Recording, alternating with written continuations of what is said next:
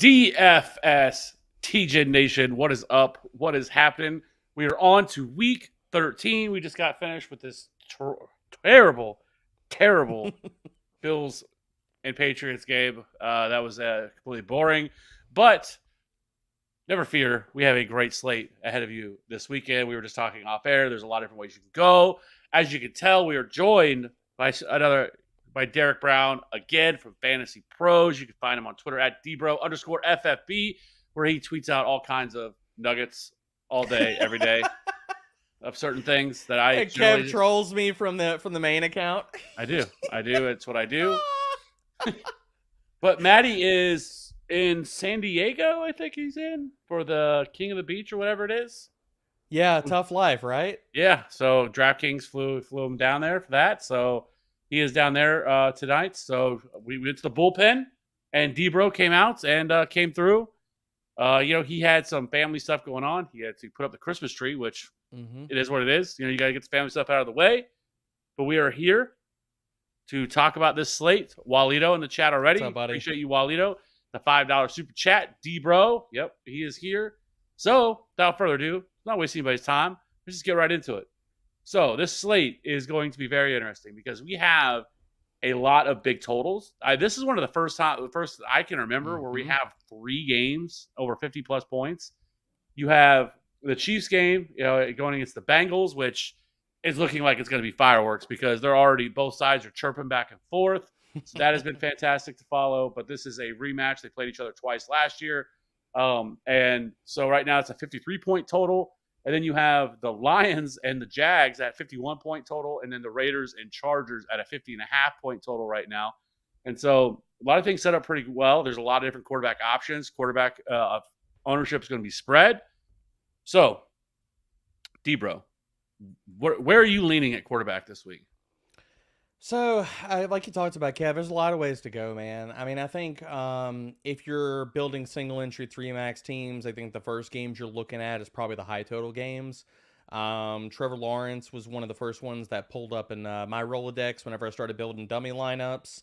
He makes a ton of sense because, again, we've seen it time and time again, man. Like, when Detroit Lions are at home, they're going to push it. They're going to be points scored. The total reflects that. So, Trevor Lawrence is in the pool. I echo your sentiments on Patty Mahomes and Joe Burrow. They are obviously in play. They're in play every slate. Doesn't matter the total a lot of different times. Like, Joe Burrow can put up a monster game at any time, especially if we get Jamar Chase back. We'll talk more about him when we get to wide receivers. But if I'm going off the page out of, like, not saying out of those high total gains, because we hadn't even talked about it, like the Chargers and Raiders are sitting at 50.5. I think that a lot of my exposure, I'm obviously going to have Joe Burrow and Patrick Mahomes. Like, I usually run, depends on the slate, like anywhere between 7 to 10 teams. So I'm going to get Burrow and Patty Mahomes in there. But bringing up a few different quarterbacks that I like a lot this week that maybe are not going to pop for certain people, like Tua Tagovailoa is firmly in play. He's in play every damn slate. And with premium stacks, the San Francisco defense, you cannot run on. So if they're going to move the ball, it's going to be through the air. Tyreek and Jalen Waddle, you cannot guard them. We know where the ball goes. So if they can't run, they're going to throw. We know that, like, those two guys are going to make up, what Kev? 52% of the target share, maybe more, 60% of the target share. So you're getting all of the passing equity out of that. And the other quarterbacks that make the list for me, again, you could talk about Justin Herbert. He's obviously in play, high total game. But there are 2 other guys that I really want to get up in here. One of them being, and I know it's gross, and I know he's been broken the entire year, but he has absolutely owned this defense. This past defense has been terrible, and he's really cheap to stack with and get exposure to the other high total games. Like, I'm going to have some Aaron Rodgers this week. The Chicago Bears have been just a shitbag trying to cover wide receivers all year long. Their defense has dropped off the freaking table. They're bottom 3 in damn near every passing metric that you look at. Aaron Rodgers playing, like, if it was Jordan Love, no, I'm not going there, but Aaron Rodgers still has the upside, and he's so damn easy to stack, Kev. Like, we know where the ball is going. It's going to go to Christian Watson, it's going to go to Alvin Lazard, and that's pretty much it. So play them. Also, with the fact that Aaron Jones is coming into this game banged up, he's been limited in practice all week. So if he is limited or he's out, or hell, Aaron Rodgers just wants to put up a statement game because that happens. I mean, we know he gets fired up to play the Bears. That happens every single time they play. Tua and Aaron Rodgers make a lot of sense on teams that are outside the high total games. There was one other guy. I talked about Trevor Lawrence. I kicked the can around a little bit about Jalen Hurts, but I just can't do it, man. Like, that game is going to be slow. Tennessee wants to slow the damn game down. Yeah, for me, it's going to be a lot. Probably, it's probably going to be a good bit of Aaron Rodgers and a good bit of Tua if I'm staying away from the high total games, which Miami and San Francisco could be absolute fireworks. Like, that total's not bad at all either. It's 46.5. So I was actually kind of surprised whenever I pulled up the lines and the totals early in the week. I thought that game was going to be 47, 48. So the fact that it's not is actually surprising. But how do you see quarterback this week? Yeah, I mean, I'm somewhat similar to you. I mean, obviously, the Patrick Mahomes, Joe Burrow, like that. Mm-hmm. And I mean, the fact that you could play Patrick Mahomes at he's looking like 5 to 6% ownership right now, It's crazy. is just absolutely ridiculous, right? This game could just go absolutely nuclear with these two offenses here, and Patrick Mahomes on the year. I mean, he's been insane. He has hit the 300-point bonus or the 300-yard bonus in 6 straight games. He's thrown 2 or more touchdowns in 8 of 11 games this year. He's first in red zone tips, and they're also 6th in pace of play. Last year, the 2 games that he played against Cincinnati, he averaged 267 passing yards, 2.5 touchdowns, and averaged 22 DK points. Now, a lot of that was because in both of those games, they got up early and kind of took their foot off the gas in both of those games. They did the same thing in the playoff game. They got up, I think it was 21-3, I think, going into halftime, and they kind of just coasted from there. And obviously they fell apart at the end, and lost that game. But this slate or this total looks amazing. That they have the highest applied point total on the week. And if you're going to tell me I can get Patrick Mahomes at 5%, I mean, I am going to be there all day. Now the Bengals have done a good job. I really don't care what their defense does. This is Patrick Mahomes. They've been bad since Awuzie's been out, man. They're not the same defense. So I'm totally with you, dude. And that game is also super freaking interesting because Joe Mixon's been limited in practice all freaking week. He might not be back. So while it's looking like a lot of the parts and pieces out of that game are going to be expensive, we might get some value kind of open up in that game. And not that P. Ryan's like 5K, but he's not 8,500. Right. And so to me, like I'm gonna be hard pressed not to have a lot of this game, whether that is through mini stacks, whether that is through straight up game stacking. Because if ownership's gonna be spread out as much as it is, it's really not a bad idea to just completely game stack some of these games, because I think that could be a way. Obviously you can take something down, and so I like Patrick Mahomes. Yes, he's $8,300. He is very expensive. He's the most expensive quarterback on the slate. Travis Kelce is $7,900. Most expensive tight end on the slate, but his other pass catchers aren't expensive. Like Juju Smith-Schuster is not expensive. He's only $5,700. If you want to go with some of the other pass catchers, Sky Moore continues to kind of build out a bit of a opportunity. No, McCall Hardman's still there. Darius Toney, I don't think he's going to play. And so it's MVS has been dust. I mean, he's just been terrible. He's terrible. He's so freaking yeah. bad, He's done after this year. They're going to cut him. They have an out in his contract and get out of his contract pretty much. I didn't want to cut you off, Kev, but walk me through what's your favorite way to stack Patrick Mahomes? Because obviously Juju's in play, but is Kelce a must for you in Patty Mahomes stacks? He's not a must because the way I look at it, because I view Juju Smith-Schuster and Travis Kelce in similar ways. Okay. They don't go off together, because what ends up happening is once teams try to start taking away Travis Kelce, Juju Smith-Schuster steps in and he pretty much runs all the same routes that Travis Kelce does. A lot of it, the intermediate, in the middle, opening up the middle of the offense and stuff like that. And so I would never stack Juju and Kelce together. I'm always looking to, I would get a little bit different. And if you want some value at running back, Jerick McKinnon could be excellent value in this same game. Because if this is going to be a pass game script, then they're not going to run the ball. I mean, you could see Isaiah Pacheco get 8 or 9 carries in this game. If he plays. McKinnon's been DNP all week with a hammy. Yeah, so if even if he doesn't play, I still think Mhm. that we can see some different options here, but we'll see on that how this is all going to play out. It's only Thursday. We'll see. We'll Mhm. have to see on the Friday practice reports, but really they have some other options. And yes, you could probably throw in like a Justin Watson and on that as well as a way to kind of lower the price of the Mhm. stack because even if you're paying, I mean, even as a run back, I mean, Jamar Chase is super expensive, T Higgins is expensive, so it's hard to get a lot of pieces. It's hard with this game because everybody is so expensive, right? Mhm. Um, maybe unless you want to go like Hayden Hurst, you don't go Kelsey, you go Hayden Hurst as a run back option. Oh, you mean Kind of Tyler thing. Higbee? Tyler Yeah, Higbee? Tyler Higbee. That was yeah, Tyler Higbee? yeah. Justin Reed. Justin Reed, you idiot. Well, Oh I mean, my of all god. people too. I'm like, come on, man. Like He you. knows, man. You know he's got to be just stirring the damn pot. Like that's a wooden spoon kind of comment. Like he's just stirring the fucking pot, dude. Yeah. Like, come on. So Anyway. for me, that's the way that I would play it. I'm not playing those two together. I would set some sort of rule that I'm not going to play those guys together. I'm going to play them I like it. separately, and then like I said, I want to mix in some of their other wide receivers that they have because they do tend to spread the ball around quite a bit. And so that's kind of the way that I would look at the pass catchers here in this game. And I think you can also do the same thing. You can go if you want to. You can go Joe Burrow at the same. Get some Yep. savings here because Joe Burrow and the two games they played last year, Joe Burrow averaged 348 passing yards, 3 Woo. passing touchdowns, and 28.15 DK points.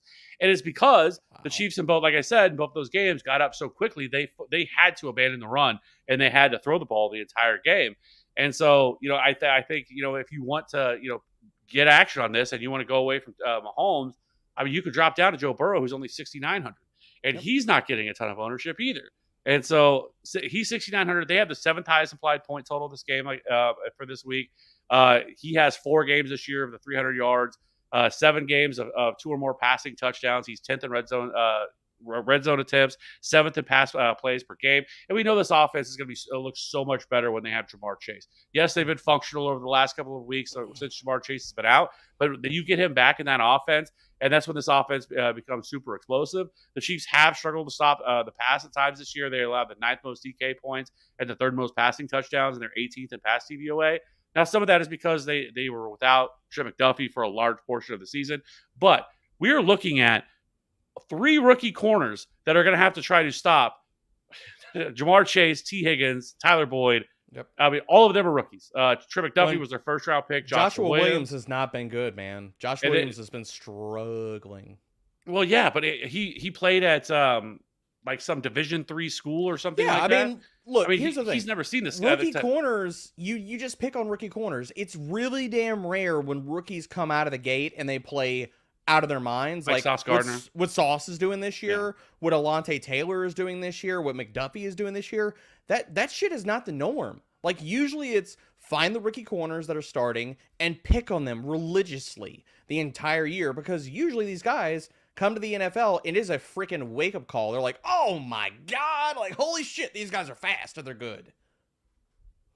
Yeah, and then they have Jalen Watson, their 7th round pick. So Yep. they're an all rookie secondary. So it's going to be a good Wow. test for that for this defense. But I think this game is going to be fireworks, and so I'm going to want a lot of exposure to it. But I'm not really breaking any new ground by saying that because obviously this game has the potential to be absolute fireworks. Now the other game, the other 2 games, I do really like Justin Herbert as well. They have the 4th highest implied point total this week, 3rd highest total on the season.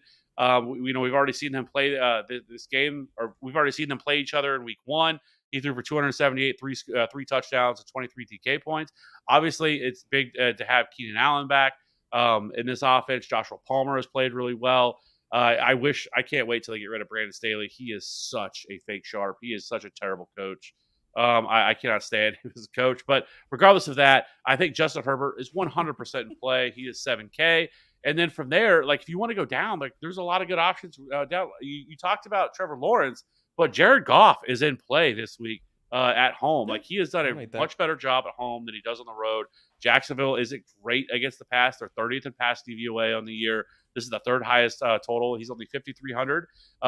He doesn't offer a lot. He only has 2 games this year over 300 passing yards. but he does have 5 games with 2 or more touchdowns, and they're 4th in pace of play this year. He's also 10th in deep ball attempts. I was hoping Jameson Williams would return, but that does not look like it's going to be the case. But I was actually surprised that Jared Goff is 9th in passing yards and 9th in passing touchdowns on the season. That's not something when I was looking at his numbers, because I don't really look at Jared Goff a whole lot. I was surprised he's played pretty well. Amon-Ra St. Brown, I think, is somebody you could easily stack him with in that game. And I kind of like DeAndre Swift. We'll get to it when we get to the running backs. Yeah, we'll get to there's a really cheap wide receiver that I want to play out of that game too. So we'll get to it. But before you get to the rest of your quarterbacks, when I was writing that game up for the primer, the thing that stuck out about that game and why I wanted to get exposure to it is just the first thing you talked about, Kev. The Detroit Lions' pace of play has gone up a ton over the back half of the season. Like they're top 10 in pace. And Jacksonville's been running really fast all year. So if you're looking at one of these high total games that could stick out, that could run one massive shit ton of plays, like it doesn't look super, super sexy, but the total's high, and they really could run a ton of plays, that Detroit and Jacksonville game could be just, lightning, like super amounts of volume. Yeah, we've and on the year, games in Detroit. It's an interesting stat that I think it was Lord Reeves on Twitter. Anyways, this games in Detroit have averaged 62 points per game on the season. Yeah. Oof. Jeez. So, which is obviously by far the highest in the league. That's fantastic. Wow. So I just love I love this game, and like I said, Trevor Lawrence 5,900. He's very easy to get to. He's probably going to be more the higher owned quarterback, but even still, we're talking about highest. He's not even that high, dude. Yeah, we're talking about like 10%. Yeah, that's not high at all. But so regardless, this game sets up really good. I really like this game to get exposure to. And both sides are really not that expensive to stack, whichever way you want to do it. And so I do like Trevor Lawrence. I do like Jared Goff in this game. I do think Jimmy Garoppolo is also kind of interesting at 5,700. They have the 6th highest total on this slate. We've already talked about kind of the other side of this game, but Miami really struggles against quarterbacks this year. 2nd most DK points. Now, really, I think some of this is interesting because really where they really struggle is they've allowed over 400 rushing yards to quarterbacks. We're not worried about Jimmy Garoppolo doing any of those things. So that has kind of inflated some of the numbers a little bit in terms of this, because they've actually only allowed the 12th most passing yards, 12th most passing touchdowns. But like I said, they've allowed the 2nd most rushing yards and the 6th most rushing touchdowns to quarterbacks this year. But this is, again, a lot of good weapons here in this game for Jimmy Garoppolo with Brandon Ayuk, Deebo Samuel, George Kittle. So there's a lot of good pass. Even Juwan Jennings could kind of be an off-the-board play, here. And so I do think Jimmy G is kind of an interesting spot to get to. He's going to carry no ownership whatsoever. So I do kind of like him a little bit. And then, are you playing Mike White? There's been a lot of talk about him. Minnesota's not very good against quarterbacks. 5th most DK points, 27th to pass DVOA. He's $5,400. They, obviously Garrett Wilson, who was not owned enough last week. He was only like $4,300. He was kind of chalky, but he definitely paid that off. But, you can go with him, in a stack. If you want to go with Conklin, you could probably do something like that. But it's kind of an easy stack to get to. And it's so cheap that the run back with like Justin Jefferson. Now, I know some people might be afraid of playing Justin Jefferson a little bit. I don't give a shit who's on the other side of the ball. There is no corner in this league that I'm scared of to play with Justin Jefferson. Yep. So I know Sauce Gardner has been excellent this year, but Sauce got mossed by Chase Claypool last week, so everybody's susceptible, dude. Yeah, and so I think that is a pretty easy stack that we can get to. I like the Mike White call. I forgot about him. I looked at him earlier in the week. My only thing with Mike White, and the reason I think he's in play, and I do like that call, Kev, is that the other part about some of these games is I really like it when teams and quarterbacks are put in situations where they can't run the ball. And we see, like, whether a team is a pass funnel or a run funnel or what have you, when teams are backed up and they can't run, so they're going to have to pass. Like, for me, that also offers the ceiling, or how are these teams going to move the damn ball? Okay, well, they're going to have to throw, then the quarterbacks are that much more in play. Or maybe that hires, raises their attempts, raises their ceilings because they can't run the damn ball. And that's what leads me to Tua. But that also leads me to Mike White. Like, Minnesota has been a really, really good run defense. Outside of like getting just ripped to shreds by Dallas, past that, they have stonewalled running backs the entire freaking year. So do I think like Bam Knight and, Ty Johnson are going to be able to get over on the Vikings run defense? No. But that let's lead me back to Mike White, man. And you're talking about it. The stack is super cheap. I guess the only pushback of why play Mike White when I can get to Aaron Rodgers at 5,800 or I can get to Trevor Lawrence at 5,900 is my only problem. That's it. No, I don't necessarily disagree. There's a lot of good options out here, but I think he's somebody that I definitely want to at least talk about because I know there's been a lot of conversations about him this week. And he played pretty well last year. I mean, he threw a lot of interceptions, but they also didn't have any weapons really last year. Most of their wide receivers were out or hurt. Now this is a completely different situation with Garrett Wilson and maybe Elijah Moore's finally brought back to life. The Brandon Ayuk reincarnated it with the Jets. Kind of like last year. But so I do think it's an interesting spot. Now, one of the other quarterback I did want to ask you about, because obviously this is the first time all year, Deshaun Watson. I know it's kind of an unknown, right? Because we don't really know what to expect from him. But he has practiced the last 3 weeks, and you couldn't ask for a better matchup against Houston here. In game where he's returning, he's only 6,500.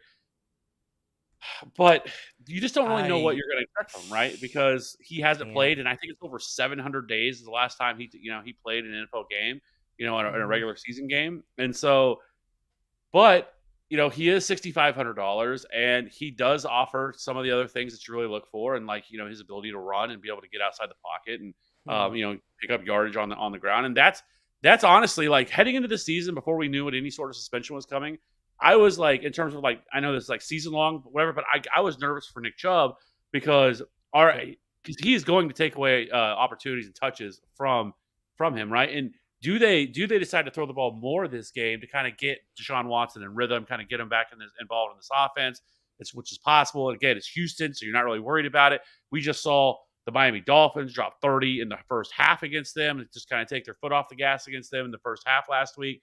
Obviously, they don't have Tyreek Hill and Jalen Waddle, but they still have Amari Cooper. Really like Donovan Peoples-Jones as an option as well. And so, but he's 6,500. But I don't know, like on this slate, I don't know if it's necessarily needed with all of the other options that we have. So I would be more interested in playing Watson. It's twofold. One, he is in the bucket of the guys that are right after Trevor Lawrence. He's in that bucket. If I was looking at Deshaun Watson and he was sub 5%, I would have more interest in Deshaun Watson.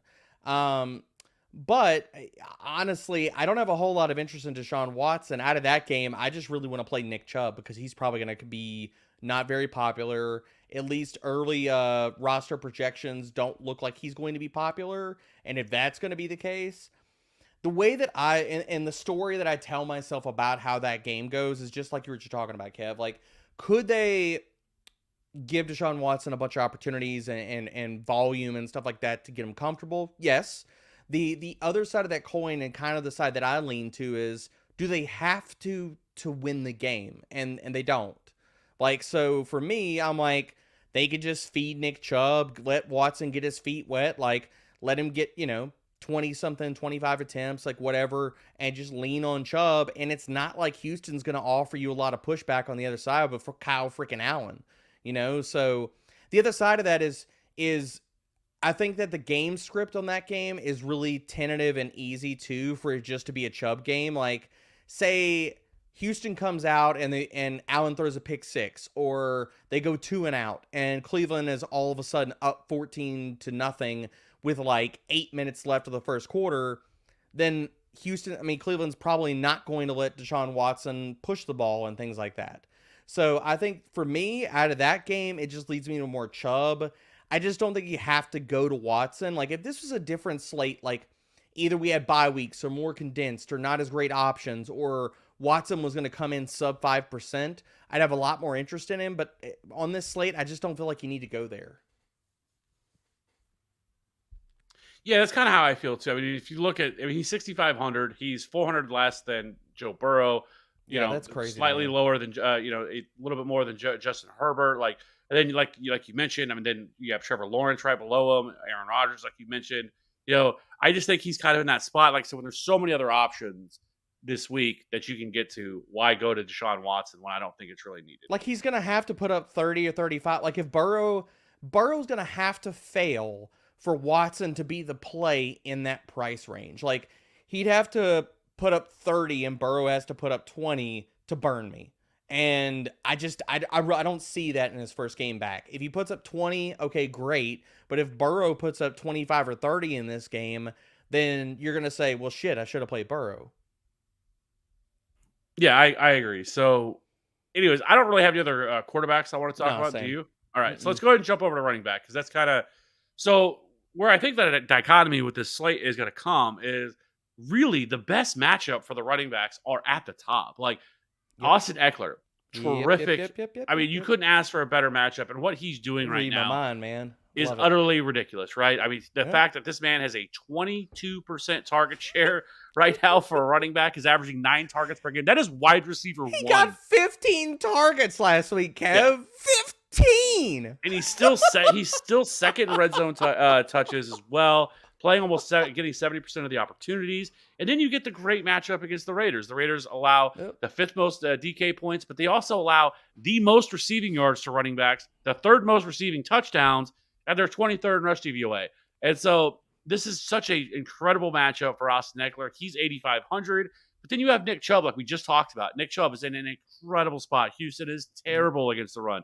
I was actually shocked that Miami had no desire to run the football in that game, with Jeff Wilson. But regardless of that, like, we're not worried about that with Nick Chubb. The Houston allows the 2nd most DK points, the most rushing yards, the most rushing touchdowns, and you get the best pure runner, in my opinion, in the league in Nick Chubb. He is still super efficient. 5th in breakaway run rate, 2nd EPA per play, 6th in yards after contact per attempt, 2nd in missed tackles forced.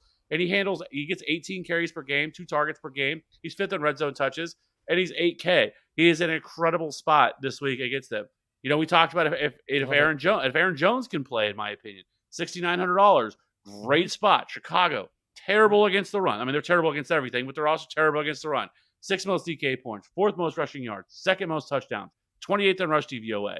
And Aaron Jones has played great this year, and so you have him. You also have Derrick Henry against Philadelphia. Derrick Henry in Philadelphia has been an absolute wide open gate to run the football against. They are terrible against stopping the opposing running backs. But Kev, they signed Ndamukong Suh. They signed Linval Joseph. Like, wasn't that supposed to fix them? Yeah, it hasn't fixed a goddamn thing. No, it hasn't. And then we get Josh Jacobs, who is coming off a monster performance last week, 51.3, like just absolutely torched Seattle. But then he gets to play the Chargers, who are incredibly bad against the run. They allow everybody to run all over them. And he is still too cheap at $7,900. The guy's he's getting like 85% of the opportunities. They're utilizing him in the passing game. So it's not even like he's just being utilized as a runner.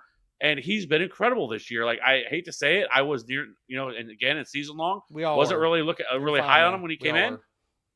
Completely missed on that. I'll take yell on that all day. We all were. Yeah. I would love to go and find if there was one person out there that was saying, you got to draft Jacobs. There was nobody. Nobody, Kev. Nobody was out there being like, all right, Josh Jacobs bandwagon, baby. Come on, hop on. Like, no, there was nobody out there saying that shit.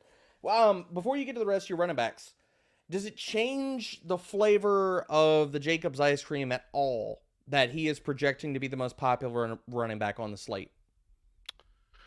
But the thing is, though, like, no, I don't think you have to get there. Like, I don't, because I agree. There are running backs that are in his same price range that are in just incredible spots as he is. Yep. Like I said, to me, it's Austin Eckler. It's you can make a case for Derrick Henry, which I don't love playing a whole lot, but he's still $8,100.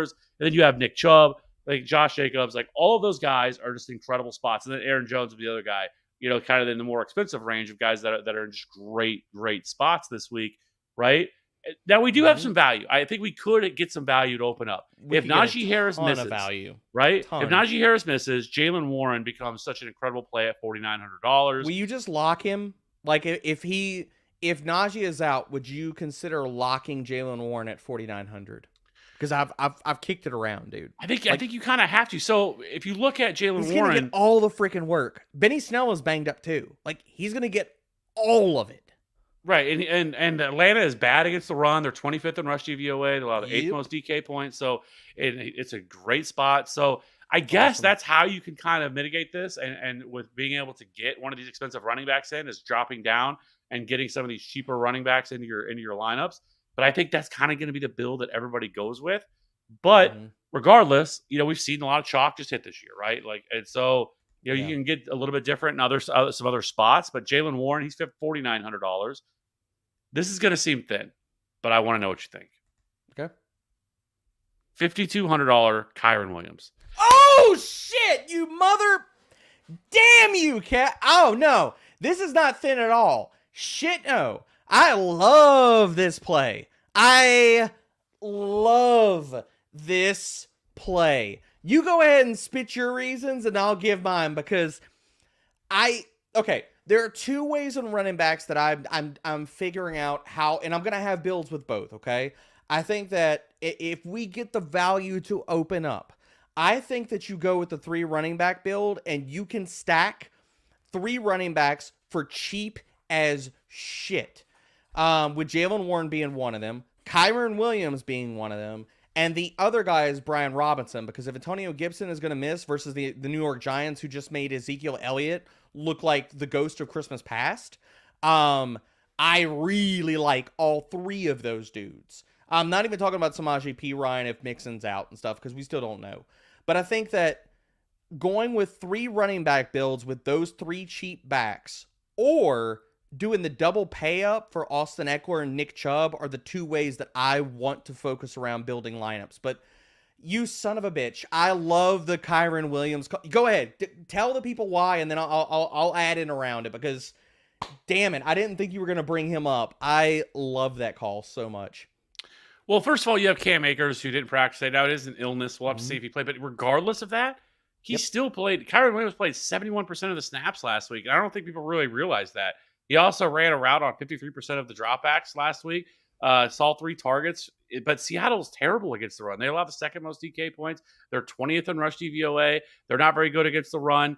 And so, regardless, he's game script proof, because even if they get down, he still is going to be involved in the passing game. He's the best pass catching running back they have, and they really like Kyren Williams. And if Cam Akers misses, who else are they going to play back there? There's going to be nobody else. And so the Rams defense is still good enough to keep them in games. Like we saw it against the Chiefs last week. The Chiefs went very vanilla. They didn't really have to do a whole lot, but still they did a pretty good job of really limiting a lot of things they wanted to do. And so I think Kyren Williams at $5,200, if he's going to play that many snaps, get that many opportunities, I mean, you could be talking about 15 to 20 touches for him. Yes, it's kind of gross because it's the Rams and everything else at a super low total, but he doesn't have to do a ton to be able to get there at $5,200. No, he doesn't. I just think he's kind of an interesting play. I love that call. I've been staring at him because the other thing that we haven't brought up yet is that Seattle is bottom 5 versus receiving backs. Like last year, they were legendary bad. Like I'm talking about if you were to go back, because I did, the last 10 to 12 years, Seattle was one of the only defenses last year that had given up 1,000 receiving yards to running backs on a season. I think it was in the last 12 to 15 years. That's how bad they were. And this year, they're a little bit better. They're still bottom 3, Kev. Like Kyren Williams could legit get 20 to 22 opportunities in this game, half of them coming in through the air. Like Los Angeles did not throw the ball a ton, and I'm not saying they're going to throw the ball a ton this game, but Kyren Williams could just be fed checkdowns for days. Like he could lead this team in targets. That's not insane to say, especially if Cam Akers misses. I think that Kyren Williams is in play regardless of if Akers plays or not. But if Akers is out, Kyren Williams is going to play 100% of the damn snaps. He's going to get a lot of targets. He's not coming off the field. Like they're not going to put Ronnie Rivers in there. So one of my favorite mini stacks of the freaking week is Kyren Williams and Tyler Lockett. So I freaking love it. It's going to carry no ownership. Nobody is going to be on Kyren freaking Williams. Right now, he's projected to be sub 5%. He's probably going to sit around 2%. Like, even if Cam Akers rules out, he's not going to get steam. Nobody is going to want to play this dude. So I love the call, man. I absolutely love the call. Some other guys that I think make some sense, like, we still don't know about Travis Etienne. He's been limited all week. I don't know if he plays. We'll see. So maybe we get Jermichael Hasty that opens up. I'm not going to play Bam Knight for all the reasons that I talked about, because I think it's a trap. It's an absolute trap. Whether they have James Robinson active or not, Ty Johnson is going to factor in, or just like I talked about, it's a horrible matchup on the ground. And for every good thing that Bam Knight did last week, it was against the damn Bears. The Bears. So you could do everything you want to against the Bears. You could pass on the Bears. You could run on the Bears. You could do whatever you want. Doesn't matter. So the fact that Bam Knight looked really, really freaking good versus the Bears does not really matter to me.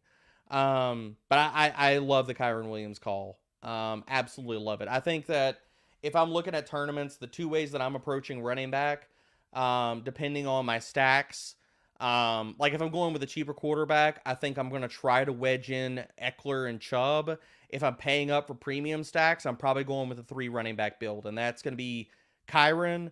If Jalen Warren opens up, it's going to be Jalen Warren, and it's going to be Brian Robinson. And I'm going to have a shit ton of Brian Robinson, dude. Like, right now, he is projecting sub 5% right now. I don't think that holds, but I don't think he's going to be chalky. I don't think he's going to be the highest rostered running back on the slate, and I don't really understand it, honestly. Like, you look at his production over the last few weeks, he has gotten more elusive as the season has gone on.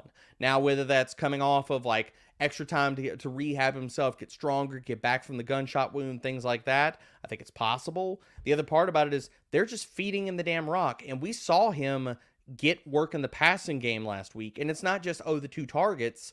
I care about the 2 targets, but I don't really care about it in the sense that, like, he ran 9 routes versus Antonio Gibson's 14. So that margin is closer than it has been for the last few weeks. Even if Gibson is active, Kev, if that flips, Brian Robinson could be a workhorse. If Gibson is out, he could be a damn bell cow at 5,300. Yeah, I don't mind him either. I think that he is definitely a play, especially against the Giants. Giants' run defense has been really bad for most of the season. That's so bad. And so I do like that. Now, I do want to say this. One, it really bothers me when people call Zonovan Knight Bam Knight, just because Zonovan's such a it's such a badass. Like Zonovan Knight. I like Zonovan Knight. I like. But everybody keeps calling him Bam. I'm like, yeah. Bam Knight does not sound nearly as good as Zonovan Knight. In my opinion, it sounds like it reminds me of Bam Bigelow, the flame-headed wrestler back in the day. That or Bam Morris back in the day that played. Oh, good lord, Bam Morris. Yeah. Talk about plotters. That was Ben Jarvis Green Elvis before Ben Jarvis Green Elvis was a thing. Yeah, Oof. But with Zonovan Knight, though, I will say this. Being only $4,600, again, he doesn't have to do a lot to be able to get there. And if Michael Carter is out, I think it is. Now, don't get me wrong. I don't think Carter plays. I'm gonna throw that out there. I do not think Carter plays. I don't think he does either. He's not practiced all week. He's not going to play. And I feel like Ty Johnson got a little bit more run, especially down there in the stretch, was because they were whooping. I mean, they just started. They opened that game up on them against the Bears, and I don't think they really had to do a lot. But he still played 50% of the snaps. He saw 3 targets, and Zonovan Knight is a terrific pass catcher out of the back. He's a good pass catcher. Like that was one of the big things that whenever he was coming out. And so I think it's possible that even if he can't get a lot going on the ground, I still think you could see where he maybe gets 5 or 6 targets in this game. We talked about how bad they are against against the pass. And so I don't mind Zonovan Knight. It's really going to depend on what his ownership would be. If he got chalky or something like that, let's say a little bit of the other, especially like let's say Najee Harris plays, or we get reports that Benny Snell's going to be the lead back, or something different happens, and Jalen Warren just isn't that guy either. Then I don't mind taking some shots on Zonovan Knight. He's $4,600. He doesn't take a ton to get there, but now if he got chalky, that's a completely different conversation. Then I'd probably jump off of it, because I don't think he has some like incredibly high ceiling, but he doesn't need to at $4,600 either. But I will agree that I think some of the other guys that are around him, like if Jalen Warren's the running back lead right back, by far and away, he is a better option than what Zonovan Knight is because of just he's a great pass catcher. He's probably going to get 80-90% of the touches in the backfield anyway. It's a great matchup. Everything else aligns. So I do, but I just with Zonovan Knight, I do think that he makes some sense at being the cheapest running back, I think, on this slate that you probably could play. My only problem, and let's just play hypotheticals here. Like, if Travis Etienne plays, are you going to have any Travis Etienne? If he's active, like let's play the because so this slate, and we're talking about this on a freaking Thursday, and let me just throw this out. Right in the primer this week was a lot of fun. Can I tell you there's like 6 backfields where I'm like, I don't know who the hell is playing. So, what the hell? But let's play out the scenario. So if ETN is active, are you going to have any exposure to ETN versus Detroit? Probably not, because Detroit is a better run defense than people are getting credit for, especially lately. Okay. They've done a much better job of just shutting down opposing running backs. So if ETN is out, will you have any JaMychal Hasty? He's at 5K. Probably not, because of the running backs that are around. Okay. And that's kind of where I go with Zonovan Knight is that it's hard for me to press the button on him with the looming specter of James Robinson, assuming Robinson's active. If Robinson's out, then it's still, I guess it's hard for me, Kev, to press the button on Zonovan Knight, only in the sense that I'm going to tilt my freaking face off when Ty Johnson gets red zone work, whereas, like, if Jalen Warren is the guy, I can play him, and he's going to get all the touches. If Kyren Williams, if Cam Akers plays or doesn't play, I still think Kyren Williams is the guy regardless. So Kyren Williams gets all the touches. Brian Robinson at 5,300, it's not that far away. Like, if he gets all the touches, it's hard for me to press the button. Like, if Zonovan Knight was like 4,100, 4K, like somewhere around there, I think I'd feel a little bit different. But the fact that he's so close to 5K kind of pushes me off of him. And a lot of it comes down to is we have so many good running back plays that honestly nobody is on, dude. Like, I'm looking at roster percentages. Brian Robinson, sub 5%. Kyren Williams, sub 5%. Jalen Warren, sub 5%. Now, obviously, we don't have the full rule out of Najee, but even if that happens, I still don't see him getting chalky, like over the moon chalk. I think he could get to like 10, 12%. But I mean, still, like, I don't give a shit at that spot. Like, 10, 12% is whatever. Like, I don't care about that. Oh, yeah. No, I don't either. Well, here's with another super chat. Now, it's an interesting, because I kind of thought about it myself before this, like, as I was kind of going through everything today. Like, he's $6,200. It's not crazy. And I agree. The Packers have been terrible against the run this year. I mean, we just saw what Miles Sanders was able to do, and Jalen Hurts for that matter. I'll tell you why I can't Walito after Kev goes. But their offense is so one-dimensional. And honestly, if Justin Fields plays and he's not able to run the ball like he has been before, because I honestly don't. Even if he does, like, even if he is healthy, it really, really limits David Montgomery's upside, right? So there's two factors.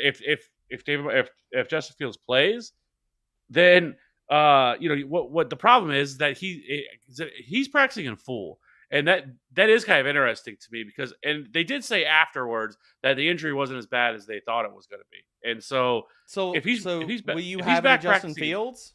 I guess kind of going back to quarterback for a second. Do you think Justin Fields could make your tournament exposure there, Kev? He could be the guy that we all look back on. He could be the guy where, like, nobody plays and we're like, right, because shit, we should have played. We see his ceiling. Like, the guy can go out and rush for 160, 170 rushing yards. Like, he's done it multiple times this year. He could drop 40, and he doesn't need to throw the ball very much, right? Like, that's the thing. And he's practicing in full. Like, it's not like he's limited or anything like that. And so, what's his price, Kev? 70 something. I mean, he's 7,400. Because he's not in projections right now. That's why I couldn't find him. Yeah, he's not cheap, but he's not going to be popular though. But if you wanted to, I don't think you need to. But now without Darnell Mooney, I mean, if you wanted to play Chase Claypool, you can. I don't think I think you just play him naked. Like, I don't think you play him with anybody. You could. I mean, And here's my problem, Walito, is that if Justin Fields plays, I'm just going to play Justin Fields and Chase Claypool. If Justin Fields is out, like, the thing about it with David Montgomery is David Montgomery's not getting this all of the work. He did for 1 week where he got 80% of the snaps. Last week, they just ran Darrington Evans just like he was Khalil Herbert. So David Montgomery did not get like a 90% snap share. Darrington Evans cut into his work. Darrington Evans had 10 freaking touches. So you're looking at the same David Montgomery as when Khalil Herbert was there. Just a different dude playing the same type of role, and they don't have a high implied team total for that team. The fact of is that David Montgomery is a volume runner. The chances of him getting, and I got to pull this up because I don't want to sound like I'm talking out my ass, but I want to say, Kev, that David Montgomery does not have a game this year. And I could be wrong on this, but I'm pulling it up. I don't think David Montgomery has a single game this year with 20 carries. No, he doesn't. His high for the season is 17 carries, and he's only hit that twice. He's only had one game where he has 100 rushing yards. Now, yes, that came against the Green Bay Packers, but this all comes down to there is not a lot of touchdown upside with David Montgomery because of the team that he's playing on, and if there is, it's going to go to Justin Fields because if Justin Fields plays, that's the only way they have higher touchdown equity. David Montgomery's a volume runner, and he's not getting high enough volume. Like, when we have seen David Montgomery break a slate, it's because David Montgomery has gotten 20 to 25 opportunities, and he's gone off. He's not getting that type of volume this year, just like period. He's not. And if we want to throw another thing on top of the pile, David Montgomery is not sneaky at all. He's the third most popular running back. Like, he's projecting around 20%. So this all leads me, like, I'm on the side that David Montgomery is just an easy fade. Yeah, especially with that kind of ownership. Like, if he was 5%, I'd have some on. I would have some interest, but he's never sub 5%. Like, if there is any kind of chance where, like, David Montgomery ever gets where it's like, oh, David Montgomery workhorse, he's automatic chalk. Like, go back and look at different slates. He's always freaking popular. It's like, kind of like when you look at the Buccaneers, Mike Evans is never popular. Chris Godwin is always uber popular. There are just certain players that people love to click the button on their name. Yeah, well, and I also think too, like, the way this is different is, one, Philly has much better pass catchers, right? When you have AJ Brown, Devonta Smith out there. Sure. I mean, right now, I mean, really, who are you worried about in Chicago, for Chicago, right? You'd be really worried about Justin Fields. So if Justin Fields was limited and he can't run the way that he can, I mean, you just put Alexander out there on Chase Claypool, and I'm like, well, we're not worried about the rest of these bums. And now I'm just going to stack the box, and because I am not worried about anybody else in your team beating me. Very true, right? And so, like, so that's my point with this game, like, or with David Montgomery. Like, I just don't think like when I first started looking, I was like, oh, that's interesting, especially against Green Bay. We just saw what Green Bay did, but I think that's why everyone's going to do. Everyone's going to chase what just happened last week with them, with Miles Sanders and Jalen Hurts, but that is a completely different offense, and they're not one of the better offenses in the league versus what the Bears. And so really the engine, with the Bears offense, and when they look so good, was Justin Fields racking up 150 rushing yards a game. It had nothing to do with David Montgomery. Yep. I don't disagree at all, man. And it's just year over year, there's certain teams and certain players that kind of get the steam and get the pub. It's like, play the running backs versus Detroit, play the running backs versus Houston, play the running backs versus the Packers, play David Montgomery, play Joe Mixon, whatever, you know what I mean? Like, or it's just certain players, people love to click the name on it. So I can't. Before we get up out of running back, Kev, one other guy I want to get your thoughts on here is Dameon Pierce going against Cleveland. Thoughts on him? He's projecting as the second most popular running back. I don't really give a shit. Like, I think and I didn't bring his name up, but he's 5,900. He's in that bucket of like 5K guys that if I'm paying up for stacks, he makes a lot of sense on, like, all right, I'm going 3 running backs. Dameon Pierce, yeah, let's go. I am shocked that he is coming in, especially in the last 2 weeks, that he has scored, I think, less than 10 DK points combined. I think he's got I am like shocked that 15 or 18 carries total. but I in get two it games. because Cleveland is so bad against the run. Yep. And so, like, yes, like there's like the range of possibility that Damian Pierce at 5,900 could score 20, 22 DK points. There's also the range of possibility that he scores 6, right? Yeah. It really just depends on the game script of this game. What happens if because I do think, obviously, I think a lot of these Houston players are going to be fired up. It's going to be very much somewhat similar to the Seattle game the first of the year with Denver, right? You had Russell Wilson coming back. You had Deshaun Watson coming back, and the way that he left that team and got out of there and got traded, all that stuff.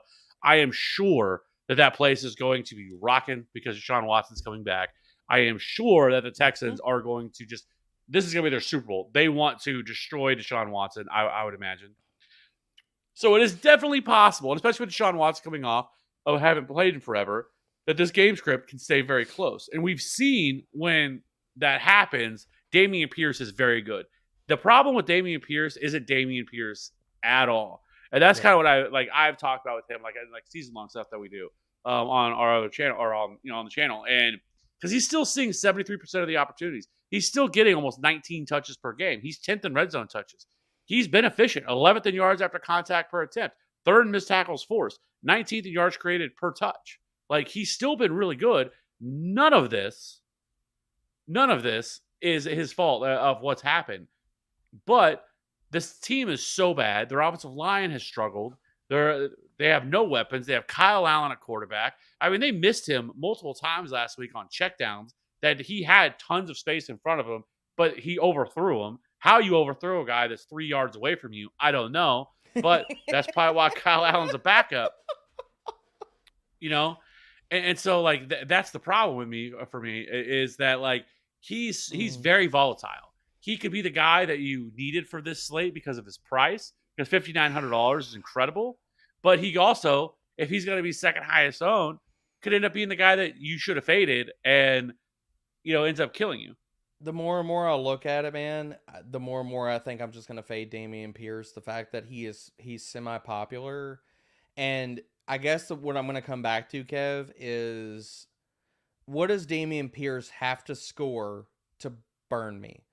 Well, I guess it's twofold. The other running backs in that price tier, like the Brian Robinsons that I've talked about, Kyron Williams, all those other guys got to fail. 1. Number 2, if they don't fail, then Damian Pierce has to put up, 25 or 30? Like, really, hit 30 to burn me? If the other guys put up 20, I don't really give a shit. Like, if they put up 20 to 22 and Damian Pierce puts up 25, so what? But if they eclipse him, and I guess, looking at his game logs, because as good as he has been this year, this is his DK point totals, man. Since he took over the lead back job, 18, 28, 20, 15, 14, 16, 13. Before the streak of bad games, 13 to 17 points, I don't care about. That at 5,900, that ain't doing it for me. That's not enough to take down a damn tournament. Not considering you could play a wide receiver in that spot, not considering the other 5K running backs that are, the more we talk about this, I'm gonna fade Damian Pierce. Yeah, everything else aligns. Just so many different ways that this could go bad. He just doesn't have a ceiling, man. And honestly, if more I think about it, if Jerick McKinnon doesn't play, Isaiah Pacheco at $5,700 becomes a good play. Really good play because he's a good play. He would be the pass catcher, I think, that what they would use him as. That he would be the third down guy. He would get all those. Sure looks. As hell won't be Ronald Jones. That's for damn. No, we don't have to worry about that. Now it's possible that maybe they bring up Melvin Gordon. I don't. Melvin Gordon is a freaking slug. That dude is Latavius Murray. He's terrible, man. Right. I don't think they will because they just brought him in. Yeah, I don't think they will either. So I don't think you have to worry about that. And so as long as that's not the case, and if Jerick McKinnon does miss, $5,700 Isaiah Pacheco could be a great stacking option with Patrick Mahomes. You go him, you go Pacheco, and then you go Kelsey or Schuster, and now you get all the touchdowns in that game. I'll bring up one other guy before we move over, unless you got anybody else. But if Mixon is out, I'll have a shit ton of Samaje Perine at 6K. We know he's going to get all the work. He's going to get the passing work. Kansas City has been up and down versus the run. But really, I'm playing P. Ryan for two reasons. I'm playing P. Ryan in a fantastic scoring environment, and I'm playing P. Ryan because Kansas City struggles versus pass catching running backs. So P. Ryan's gonna I think that the narrative on P. Ryan is very, very different, and honestly, it's wrong. Like, people look at P. Ryan as he's a slow, can't break tackle, like he's terrible.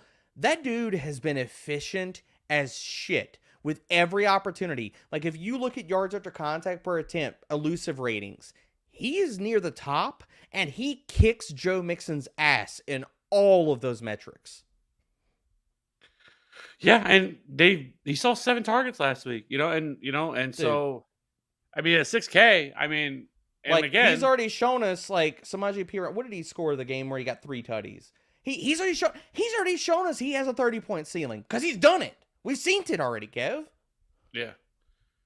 So no, he's not a bad play. And again, nice leverage off of Dameon Pierce. So yep, agreed. Yeah, and then Walito want to know about Kenneth Walker. It's not a great. I can't. Yeah, the Rams have been really good. That's the only thing they do well is stop the run. Even with Aaron Donald out, that's the only thing they do well is stop the run. Yeah, so I agree. So let's jump over to wide receivers. We're almost an hour in, and we haven't got to wide receivers yet. So this is going well. This probably be going faster if we actually had 3 guys, man. Maddie would be like pushing us forward, dude. Yeah. Oh, yeah, that's true. So, all right. So wide receiver this week. Again, I think this is very much going to be a part of your stacks. But, a lot of narratives this week. We get A.J. Brown returning to Tennessee. I think he could absolutely smoke them. He's going to be even more motivated than normal after they traded him away. He's 7,800. But, to start off the top, it's Justin Jefferson, 8,900. Tyreek at 88. Devontae Adams at 87. Then you have Jamar Chase, who will be back for this game at 79. 7,800 A.J. Brown. Jalen Waddle, 7K. T. Higgins at 72.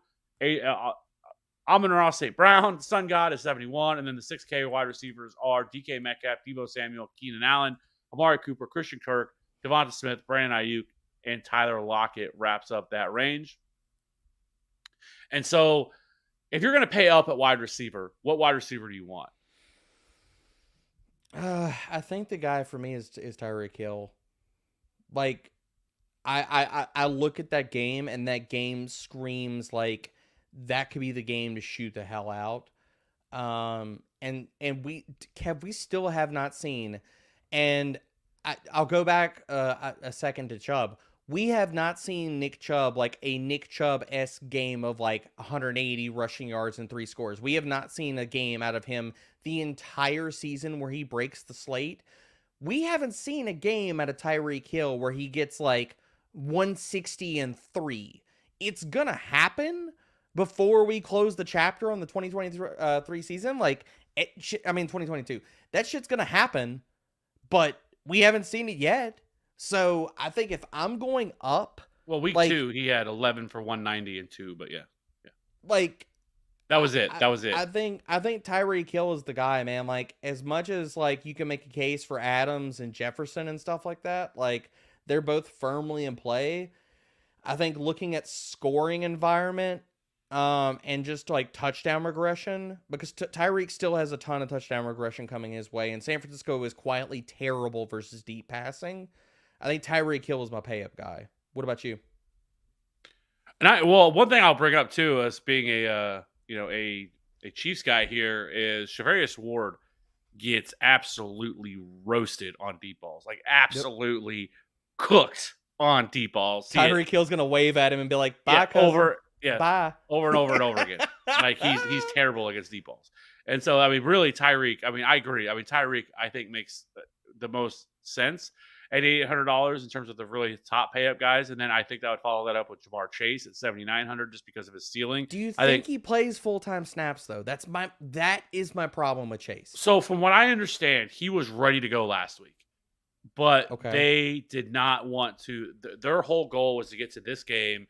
They thought they had enough to get him to let him go. Like, he was ready to go last week, and they said no. We're going to hold him out for one more game because we want him ready for the Chiefs game. Okay.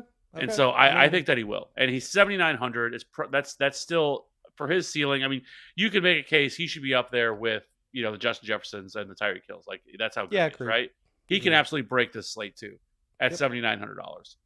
And so he is 100%. And then I also think, like I already talked about, AJ Brown. He's $7,800. He's cheaper than those guys. The narrative, whatever you want to call it, but he could absolutely just crush. I'm not worried about Tennessee's secondary No. and anybody they have back there. They don't have anybody back there, and you know that AJ Brown is going to want to rub it in their faces. Like, y'all don't want to pay me my damn money? Eat it. Yeah, and so I think up top, those are the kind of guys that I'm looking at. But obviously, with the way we're wanting to pay up at a lot of these positions, we're going to have to find value at other places, right? And so, like, once you drop down, I think one, I already talked about Brandon Ayuk. I really like Brandon Ayuk as kind of a run back option if you want to go, even if you want to go a mini stack with Tyreek and then Brandon Ayuk, and you don't want to mess with the quarterbacks in that game. I think that is at $6,100. He is a very good play in my mind. And at Josh Palmer at 5,600 against the Raiders, he continues to see quite a bit of targets here in this offense. Mike Williams isn't playing; he hasn't practiced at all. But we're seeing a lot of targets for Josh Palmer. You just go back and look over the last 5 games: 12, 10, 8, 10, 7. Yep. Like he sees a ton of targets here at 5,600. So his workload doesn't match his price. Like he could see 10 to 12 targets in this game, and so I do like Josh Palmer quite a bit here at $5,600. We already talked about Garrett Wilson. I'm not going to go into it again, but $5,300 is still too cheap for what the upside he brings. Christian Watson, you talked about whether you want to play him in a stack or just playing him, separately here. I'm going to play a shit ton of Watson. $5,200, super explosive. There's Ton. nobody on that defense that can come anywhere close to stopping Christian Watson. So I like him quite a bit. And then paying down, if you want to even drop down, I think even guys like a Randall Cobb makes sense at $4,200. Yep. He continues to see a lot of opportunity here in that, for that defense or in that offense but DeAndre Carter, $3,900, incredibly too cheap. He saw 10 targets last week. He seems to be one of their kind of favorite options that they've had. He's scored double-digit DK points in 3 of his last 4 games. And so he is still really involved in this offense as long as Mike Williams is still out. He's only $3,900. You already talked about Chase Claypool, $3,800. If you want to go there as another value option, you can do that. Only 5 targets last week, but that was with Trevor Siemian at quarterback. But without Darnell Mooney, there's nobody else to really throw the ball here once again. And so he's $3,800. That is very cheap. I also think somebody like Richie James is an interesting name to look at here. You really want to throw the ball on the Washington Commanders. And then, like we talked about the Chiefs game, I think guys like Sky Moore and Justin Watson are definitely in play in terms of a stack. I don't really know if I'd want to play them separately or on their own.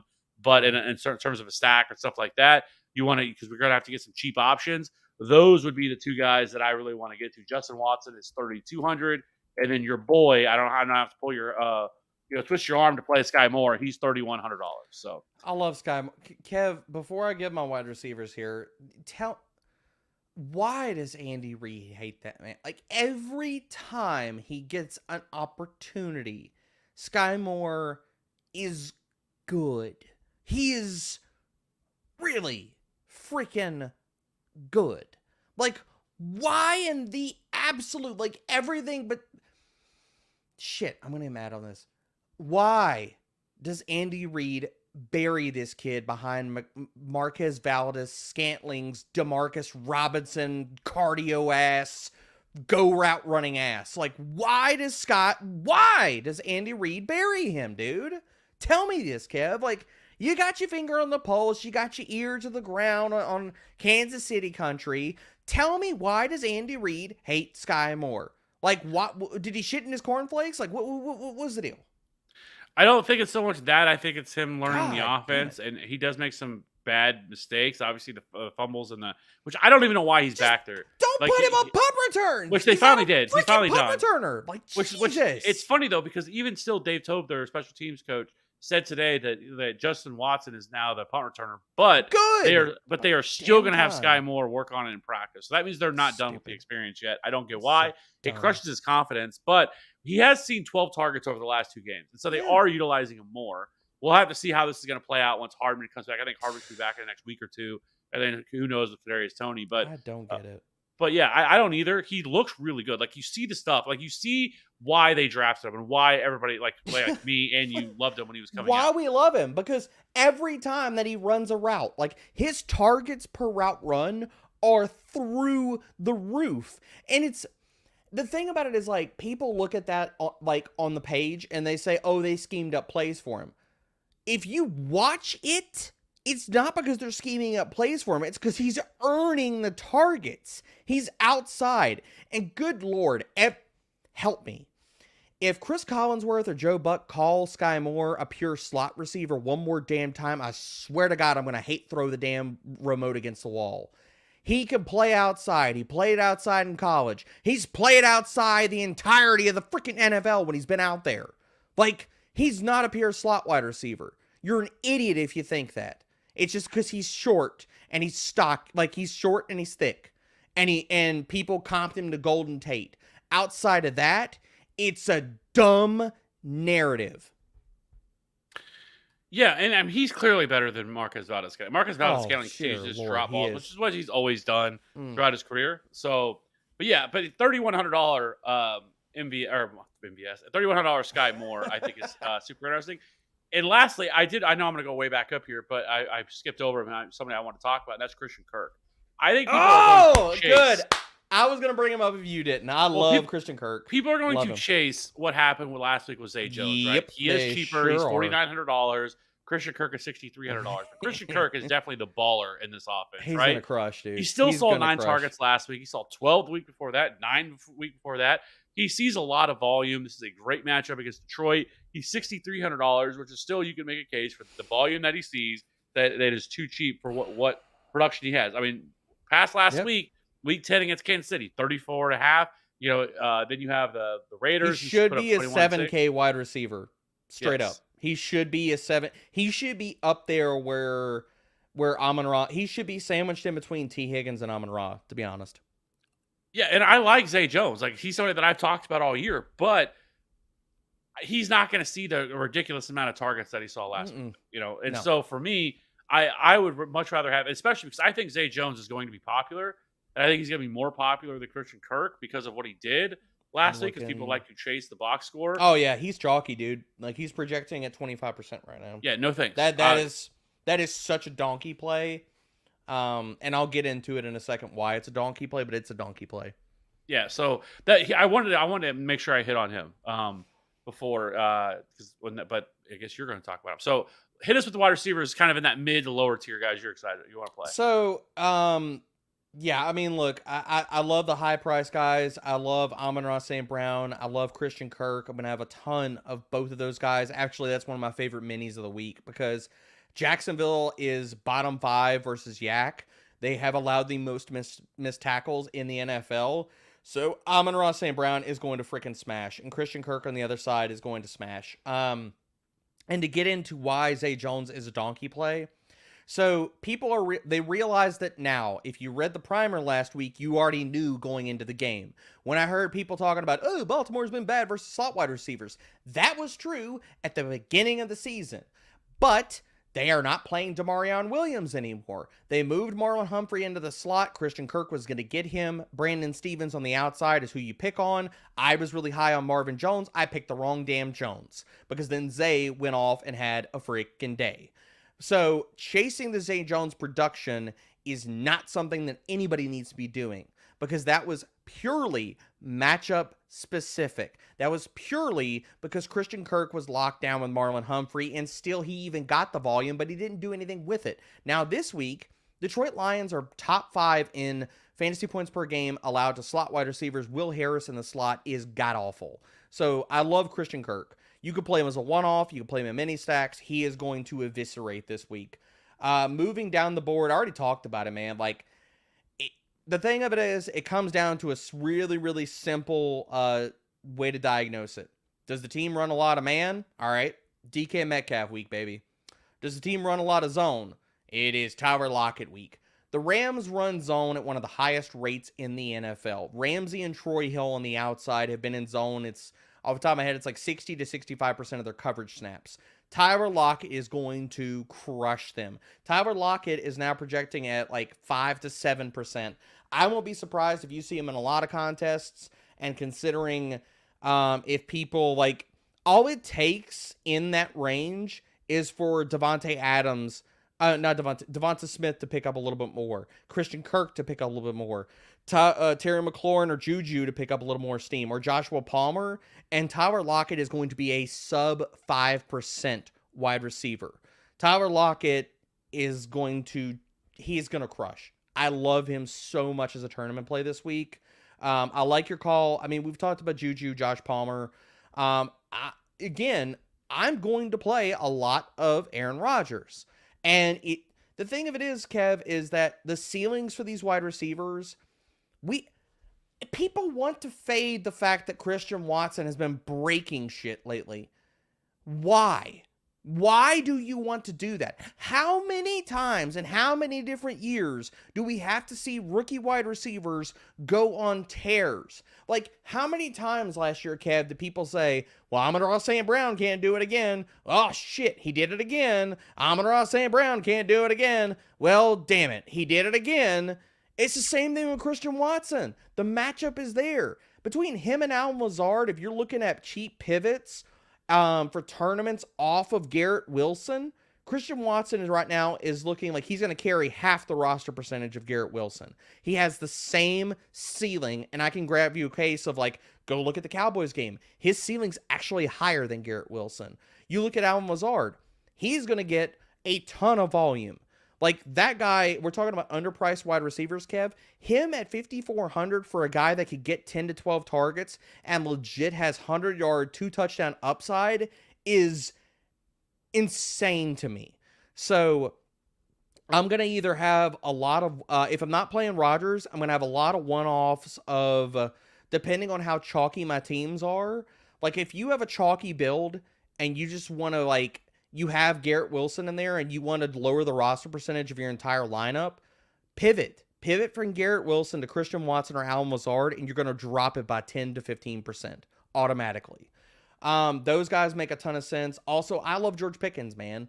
The Atlanta Falcons are terrible. They're terrible versus wide receivers. AJ Terrell has been shadowing if he shadows this week, and he's actually been really good. They just don't use him as a shadow corner. He's been terrible in coverage overall this season, but in the spots where he is shadowed this season, he has been really stinking good. And I'm going to filibuster while I pull that up because he has been... It's crazy how good he's been as a shadow corner versus when they've stuck him on in zone and stuff. He's not been good. Like, he has been eviscerated all year long, but as a shadow corner, he's been really, really good. AJ Terrell... I'm waiting for this.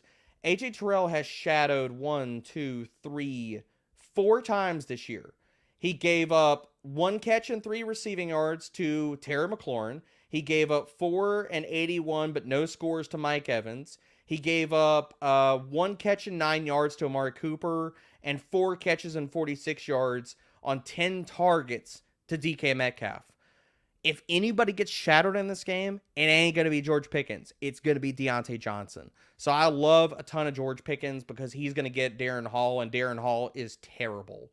So honestly, dude, like I love the 5K range this week for wide receivers. I think that and this is another reason why I think the double pay up for running backs is easy to do with Austin Eckler and Nick Chubb. You can play like Allen Lazard has 10 plus target upside.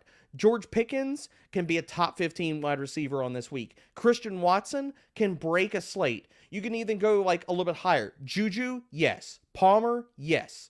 Any one of these guys could go for 25 points at 5K. So it's like, if you can get that type of production, why am I going to pay up to 8K when I can go to the running backs? You know, so that's a lot of where I'm going to be as far as wide receivers. Like, I'm going to be living in the 5K range for most of my builds. If I am going to go down, I don't hate going to Chase Claypool. The other 2 guys that I have some interest in, one of them is just for large field tournaments, absolute, like probably just a milli maker play. But with as much zone as the Eagles run, Robert Woods makes some sense. I know he's been toast for most of the year, but if you look at how the Titans have deployed their wide receivers, Treylon Burks has crushed man coverage. He's been okay versus zone. Robert Woods has quietly been like a top 20 wide receiver versus zone coverage, and Philly, that's the bread and butter. Going down in the 4K range, the only other two guys that I'll probably play outside of, we talked about Chase Claypool, Corey Davis going against the Minnesota Vikings makes a ton of sense. Corey Davis, before he got hurt, weeks 1 through 6, was top 25 in yards per route run and PFF receiving grade. He is going to be like a 2% play. And out of a high total game, Kev, I think you're going to like this one, man, because this is going to pair well with one of your earlier quarterback calls. DJ Chark, baby.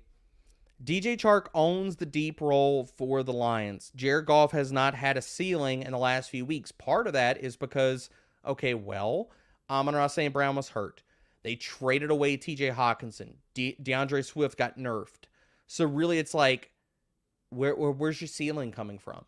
Where are the playmakers he needed at the beginning of the season? He had Chark early in the season before he got hurt. DJ Chark came back. He's played 2 games. The first game they eased him back. He ran 7 routes. I think it was 6 or 7 routes.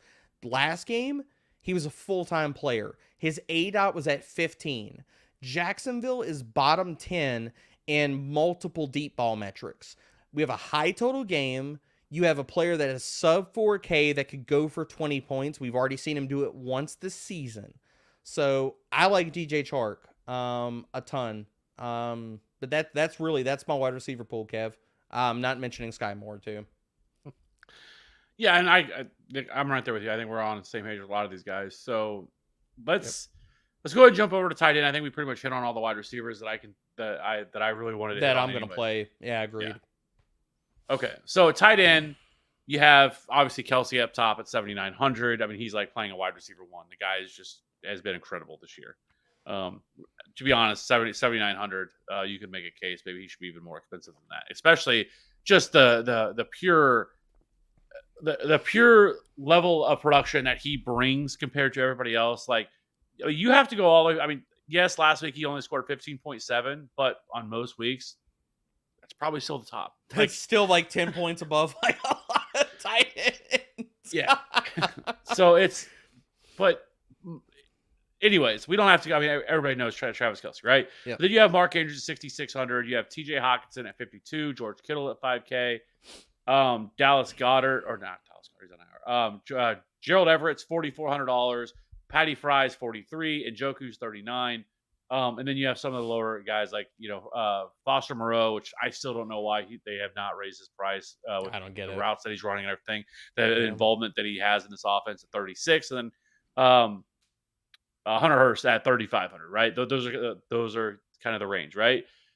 For me, Tyler Higbee, that guy. Yeah, fuck him. No, it was a Hayden Hurst joke. Oh yeah, Justin Reed. God, he's an idiot. He's an idiot. Oh God. So first of all, I think George Kittle is in a really good. Oh, damn you, Kev. Go ahead. Well, actually, you know what? I did this last time. You tell us this time. Why do you love George Kittle? Dude, if you're talking about a tight end funnel, the tight end heaven, the tight end Shangri-La, if it's not Arizona, it's freaking Miami, dude. They're bottom 5 at everything versus tight ends. Yeah, we just saw what Jordan Akins. Dude, everybody and their mama has a freaking day versus Miami and tight ends. Like they cannot defend versus tight ends. Tight end's easy for me this week, dude. I'm either playing Travis Kelce, I'm playing George Kittle, or I'm playing Foster Moreau. That's it. Like, that's all I'm playing. And honestly, all my builds, I'm gonna have a ton. One of my favorite minis of the week, Kev, is Tyreek Hill and George Kittle. That's one of my favorite mini stacks of the week. You don't have to play the game. You just play that mini stack and you get most of the exposure and move on. But you want a reason why I don't want to play Travis Kelce this week is George Kittle. George Kittle is looking at, like, he's going to be 1 to 5%, and he has the upside to match Travis Kelce. Like, if Kelce goes for 25, 27, Kittle can do that as well. He can do that as well, just like 3K less. So My most rostered tight end for the week will be George Kittle. Yeah, and exactly what you said. That's exactly what I was gonna say. Like, he has the ceiling of Travis Kelce. There's Yep. maybe one other tight end on the slate that you could say about Mark Andrews. His price is so stupid. Like, why did DK put him? He should be like where Mark Andrews is, or at least like they should have sandwiched him. Like, he should have been in between Hawkinson and Andrews. The fact that he's 5K is asinine. Well, it's also just incredibly frustrating that they just have no commitment to utilize him either. Like, Yeah, it's true. It's true. But It's true. but still, at 5K, I mean, that is an incredible price, and it's in a game that has profile as a back and forth shootout. That is great for George Kittle. It's also, when you have Christian McCaffrey, who's dealing with the knee tendonitis stuff there as well. They lost Elijah Mitchell, so Miami's run defense is really good. They're going to have to throw. That is not the way that you want to beat them. Has Debo hasn't practiced, has he, or has he been limited? I know he's banged up, but I don't remember what his practice reports. He hasn't practiced. He has not. We didn't even talk about Debo, but if Debo is out, which I'm projecting Debo is going to be out, again, just more reason to play Kittle. Oh yeah, him and Ayuk. And then it becomes even more of a consolidated target share, and then that would also bring in Juwan Jennings even more so at 30. Yep. I think he's $3,100. But yes, agreed. George Kittle is definitely I think the guy that I definitely am going to try to get the most exposure to if I can, depending on how the Bills play out. I 100% agree with Boston Moreau, and then I think that's probably it. Like Tyler Conklin, I don't know. I guess he's interesting. If you play Justin Herbert, then pull the Matty D and tack on Gerald Everett to your Herbert stacks. But past that, I'm just not getting there. I like Conklin as a matchup play, but in DK, do you think we have to go there? That's kind of where I'm at. Like, I just don't think we have to go there. There's so much, honestly, I think there's just a shit ton of value on this slate, Kev, and we could get more open up with the running backs and stuff too. So yeah. So for me, I don't think there's really much else to talk about in tight end because there's really nobody else outside of again, correlating your stack with the tight end, in there that. But other than that, as just kind of one-offs or not playing them in the stack, there's really nobody else. Patty Fry, I guess I did want to mention him just because his on most weeks the amount of targets that he sees. I mean, last week he only saw 4, but prior to that, I mean, 12, 7, 7, 9. He sees a lot of targets. A good matchup against Atlanta. He's $4,300. So. Yep. If you want to do that, he is going to blow up for a 25 or 30 point game one of these freaking weeks. He keeps doing this where he gets 9 to 12 targets, has 80 yards and no scores. He is going to have a 20 to 25 point game before we close the books on this season. I don't know when it's coming, but it's coming. Yeah, I agree. So anyways, let's go ahead and jump over to defense. Then we kind of hit on all the guys that we really want to hit on anyways here.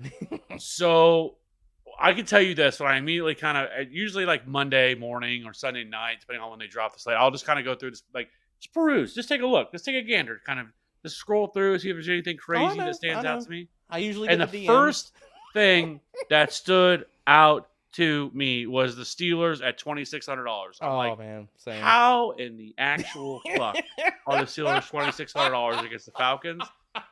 And I was like, well, that's chalk. They are going to be chalk. I'm curious to see what their ownership is going to be, but it's going to be high. They're chalk, but they're not that bad. They're projecting between 10 and 15%. See, now that's not. I was thinking Chiefs chalk last week, they were 25. There's 7 30. defenses that are projecting between 5 and 10 that are pulling it off of them. But I think in some contests you could see Pittsburgh get up to 20%, 25%. But even at that, I don't care. I'll play them. No, yeah. I have no problem with playing them either. And so 2,600, I'm I'm just going to lock them in. Yeah. Steelers, they got JJ Watt back. Marcus Mariota makes a lot of really bad decisions. It makes a lot of really bad throws. So, yeah, I really like, going with the Steelers at $2,600. Is there anybody else that stands out to you? I mean, defense is easy. It's one of 3 guys. It's literally just play the Steelers, play the Jets, or play the Titans. That's it. And move on. I don't pay up. I don't care about eating chalk. I don't give a shit. To be honest, Kev, I'll put the Titans as a placeholder, and if my build totally works out with all my build, and I do this every week. I put the min defense in as a placeholder, And when I build my lineups, whatever I have left over, I toss onto defense. And if I don't have anything left over, I don't care. I'm not blowing up a build for a defense. I will never do that. It's not worth it ever. Oh yeah, I did the same thing a few weeks ago. I think maybe it was the Colts. They were men. They were $2,200. Yeah. And I plugged them and they scored like 8 or 9. It was great. Like, yeah, I mean, like, I don't understand why people talk about it. And like, you hear DFS shows and they're like, all right, man, so like the 4K defense, I'm going to play, you know, they have a really good defensive matchup. I think I'm going to go up to the Ravens at 4K. What do you think? Because I don't want to eat the chalk at DST. Like, I don't give a shit about that. Like, I'm not blowing up a build. All you're doing by playing a DST is you're saying one of two things. One, my lineup doesn't need this DST to score to take down a tournament. Two, if all the defenses in that range fail and that defense fails, it doesn't matter anyway. Three, if one of the defenses goes off, like if the Ravens go off this week at 4K and nobody plays them, it does not matter. No, and I would rather save the money anyways and Same. utilize it somewhere else. So, you know, Same. so I can see a lot of people talk about the Seahawks this week against the Rams because it's Bryce Perkins. But you want to know what? Yep. They're not going to like- throw the ball very much. They're 10%. They're going to 10%. run the shit out of the ball. Yeah. Right? And that was the problem. And I think that's something we should have thought about more with playing the Chiefs last week, right? Was Yeah, they're that's fair. not going to throw the ball. They are going to continue. They don't care. Like, they know their season's over. Like, they're not going to put Yep. Bryce Perkins out there and have him throw the ball 40 times. It's just not going to happen. So all they're going to do, at the very least, he's going to get short dump offs. They're going to have him run, which is what they did a lot. So, but I do think a lot of people are going to talk about the Seahawks. I think it's going to be a huge mistake. I don't want any part of the Yeah, Seahawks. they're 10% right now. Same thing with the Ravens. They're like at 10%. People are going to play like if Fields is out. People will talk themselves into playing the Packers because they'll say, the backup quarterback. And then it's like, have you watched the Bears offense? They want to run the ball the entire game. Where are your turnovers and your sacks? Where are the actual things that score you points? They're not there. So what are we doing here, people? Yeah, and I think the other one that would probably stand out to me a little bit could be the Jaguars, just because their defense has played well at that's fair. times. Jared Goff can make some mistakes, and really, like, people are always afraid of playing defenses and high-scoring games. Yep, And they are. it is a great strategy to attack that because it's high scoring. There's going to be so many more opportunities for the passing game, They for throw. interceptions, pick sixes. Yeah. That's all you need. Like that, they They can give throw. up 30, but if they get a pick six, you know, you can easily be the top scoring. And generally speaking, those defenses are going to be down towards the bottom because of what the game script looks like. To your point on that, that's one of the reasons why I'm going to play the Jets over the Steelers. They're exactly the same price. Atlanta loves to run the ball. Now Mariota does a lot of dumb shit. I mean that's part of it. But the other side of that, the Jets defense is legit, and we've seen Kirk Cousins do a lot of dumb shit too. He really struggles under pressure. Yes, and the thing we can definitively say is Minnesota is going to throw the ball more than Atlanta. That is tried and true. It's going to happen. So I'm probably, the more I think through this, Kev, and honestly, like I love getting on these shows because a lot of these thought experiments and like as we talk through the slate, like more things kind of percolate. But I think probably my favorite defense of the week is probably going to be the Jets. I don't hate that whatsoever. $2,600. That is incredible. I mean, they have been a very, very They're lucrative so defense. freaking good, man. Like, and it's kind of like, Walito in the chat said, the Jets versus the Bills a few weeks ago, and nobody played them because they were playing the Bills, and they were the best defense on the slate. I played them. And, I mean, you look at what they scored, like, good Lord, man. I didn't even know this. 8, 10, 10, 10, 8, 7, 20, 9, 12, 4, 2. You have to go all the way back to week 3 to find a week that the Jets have not scored at least 7 points on defense. And they have 20-point upside. Like, that's... Yeah, I'm playing all the Jets. I'm playing Jets. Yep. Yeah, I don't disagree. All right. So, let's go ahead and build this lineup. We're almost an hour 30. We've done it. Hey, we kind of screwed, went through the rest I mean, of it. I was hoping We we got get to 2 hours here, Kev. I mean, I was hoping we go into the next calendar day. How long is it before midnight? Can we make it? We got 13 minutes. We can make it in Central Time. Yeah. Maddie would be cussing up and down right now if this was if he was here, but he's not. So Oh no, he's sleeping in the nice hotel room that KOB got him, or DK has got him. Then again, So he might be awake though because it's what 2 hours behind, so it's only 9:47 there. So he actually might still be awake. Well, that's if he brought like his Xbox or something like that. If he's gaming or something, then yes. That is true. So, all right, let's go ahead and build this lineup. Go ahead and you can start us off. Okay. I'm gonna start us off with some value. One of my favorite dudes. Let's go, Brian Robinson.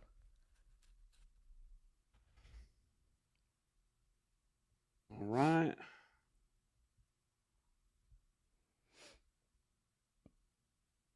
Where are you heading, Kev? You know what? I'm gonna do it. If he's not gonna be highly owned, let's see what a chief stack looks like here. All right. So you going Patty? Yep. All right. All right. Well, if you're going Patty, then I'll toss Juju one here.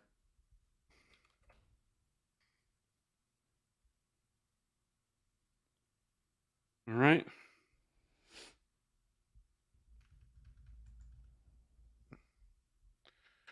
Well, I'm gonna do the run back, and I'm gonna go Jamar Chase. Oof. All right. I like it. I'm just gonna go ahead and get this out of the way. That way we know how much we're working with. Jets defense.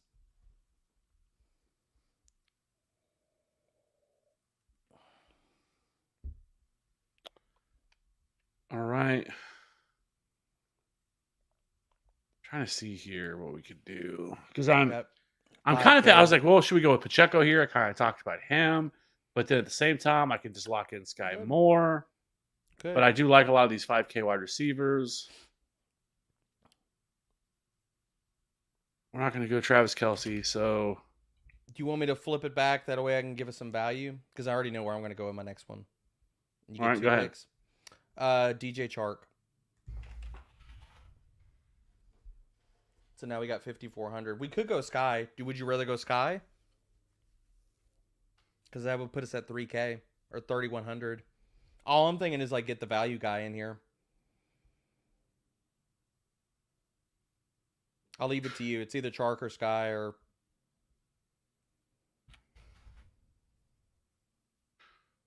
So Sky, at least $5,700 a piece. I wonder. So let's see. I just want to see if we went George Kittle at tight end. Yeah, I was just about to plug him in there. Go Tyreek. There's not enough. I was hoping we could get something in there, but we only have $3,300 left. We would not have enough. Damn. You'd have to sacrifice the Chase run back. Do you want to keep Kittle in there? Are we doing that? Yeah, I'll keep him in there. Okay, so it's still to you, right?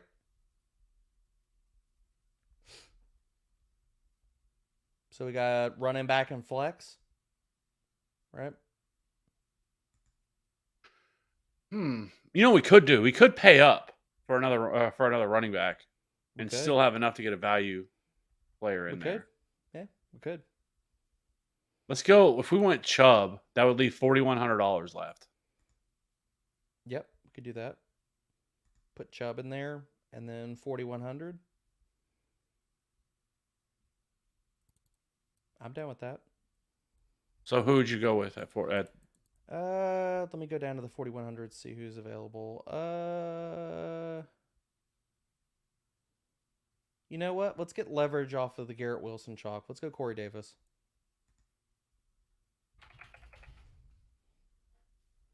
And that actually correlates because then it's Corey Davis and the Jets defense.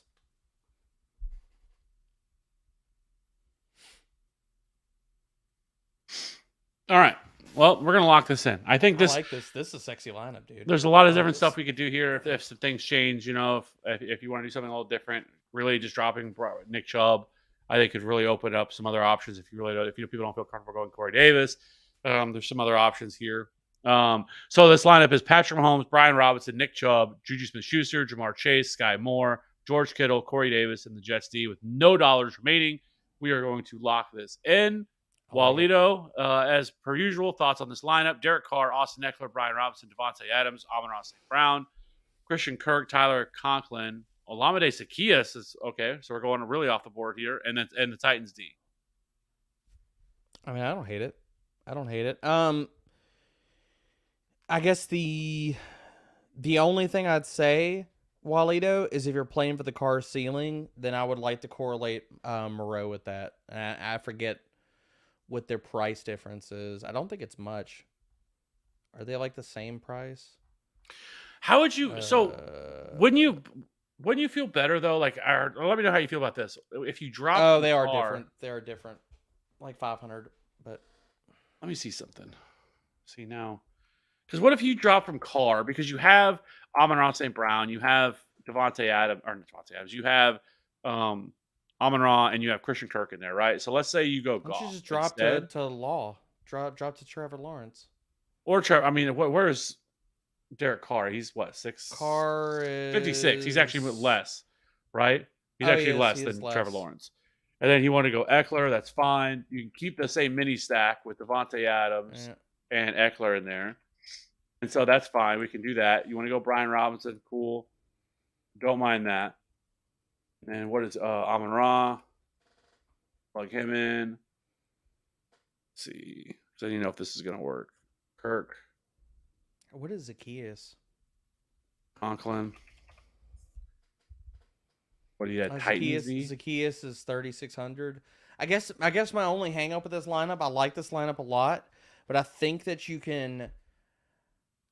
that I would rather you go with like one of the high total guys. Like if you're going to go low to Zaccheaus, like I'd rather plug in Sky Moore and then get you up to, with that extra 500, get you up to Foster Moreau, and then you're correlating better with Derek Carr. Because if Carr goes off, it's Adams, yeah, but you know the ball, if it's not going to Adams or Jacobs, it's going to go to Moreau or Mac Hollins. Like that offense is super condensed. So I would much rather you like play the 2v2 of Moreau and Sky Moore over Zaccheaus and Conklin. But that's me. Or what if you did this? All right, I'm waiting. I made a few little liberties with your lineup here. Not much. It's mostly the same. Just little tweaks. I went Jared Goff at quarterback. Okay. With Amon-Ra St. Brown, Christian Kirk. I plugged in DJ Chark. I removed Olamide Zaccheaus. So we got the stack there for that. Yeah. You keep Austin Eckler and Devontae Adams, right? Yeah. But you keep the Titans as well. But you drop from Brian Robinson to Jalen Warren, who's $4,900, and now it all fits. All that fits. That's pretty.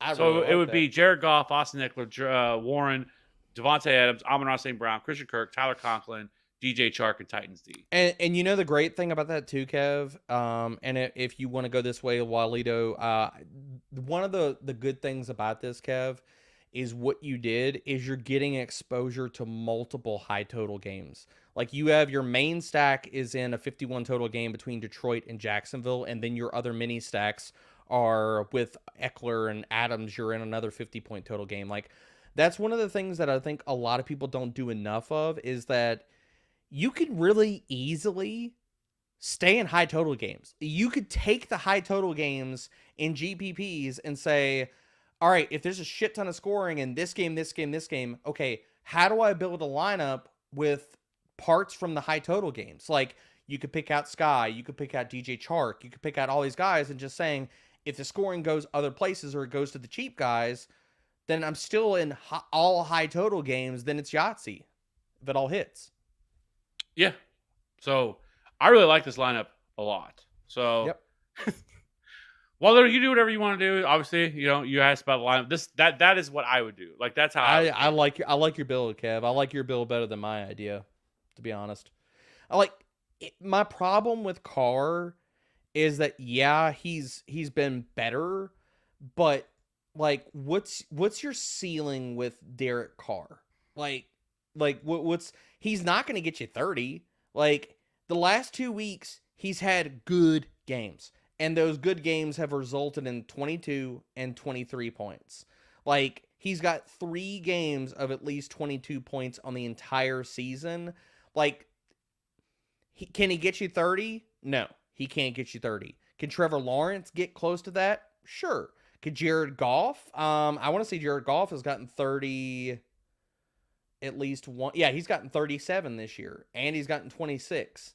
So he has 2 outings this year where he's proved that he can get you higher scoring games than even Derek Carr. What's up, Leo? Oh, damn, it's morning in Germany? Well, shit. I'm sitting here nightcapping. You have your morning coffee, and I'll have my whiskey. Yeah. Appreciate you rock with us. So, yeah. I think, and you know what? Oh, well, we have 3 minutes left until, not even 3 minutes until midnight. 3 minutes until midnight in Central? 2 minutes. 2 minutes till midnight. We're just filibustering now so we can make the quota. We're not going to make it to 2 hours because I think Kev might fall asleep at the desk. No, yeah, we're not.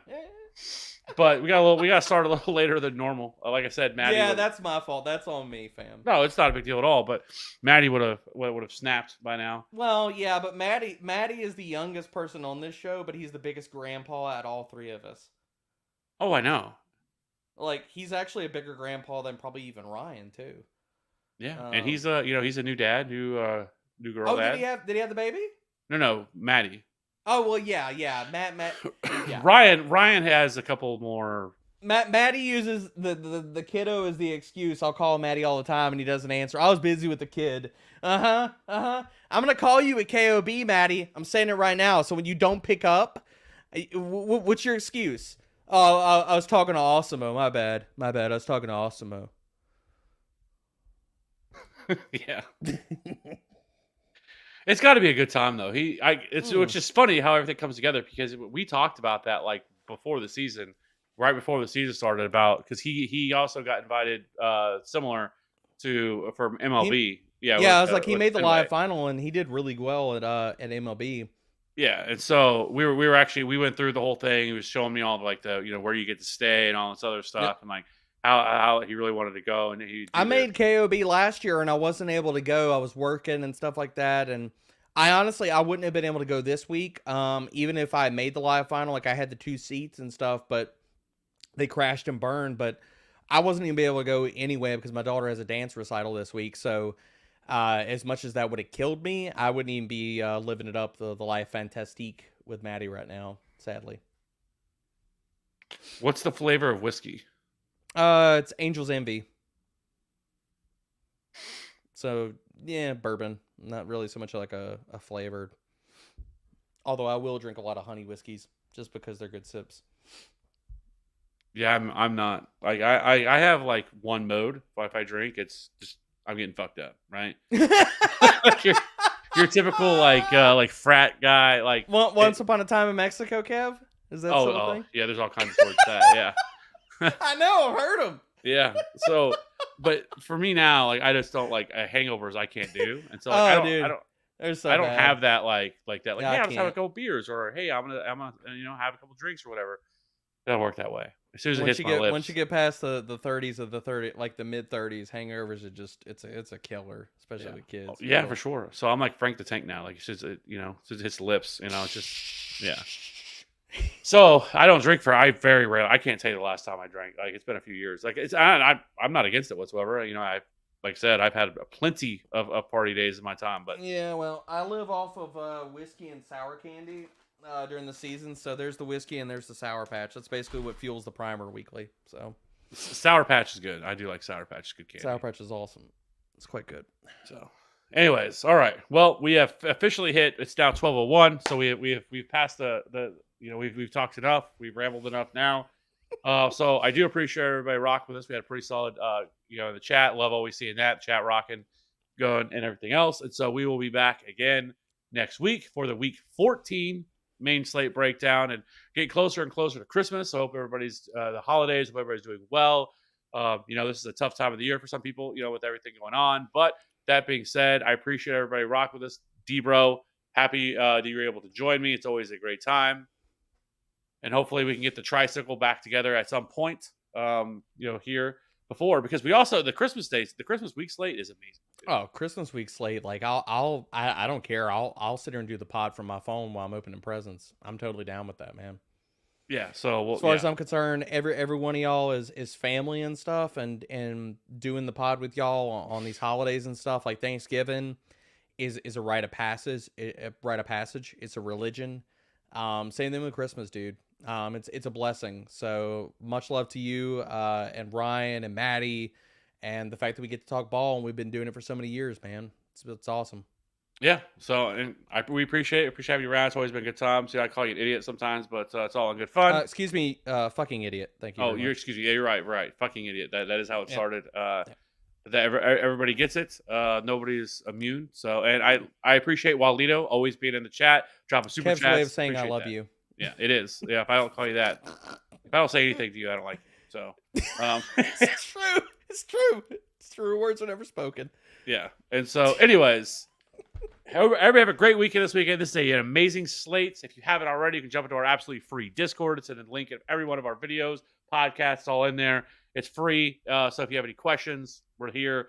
Like I said, this is one of the best slates we're probably going to have all year with just the amount of value mixed with great games that we're going to have on this slate. So hope everybody's able to win some money this weekend, get some money in your pocket before Christmas. Have a good weekend. We will see you all again next week for the DFS Week 14 breakdown. Have a good night.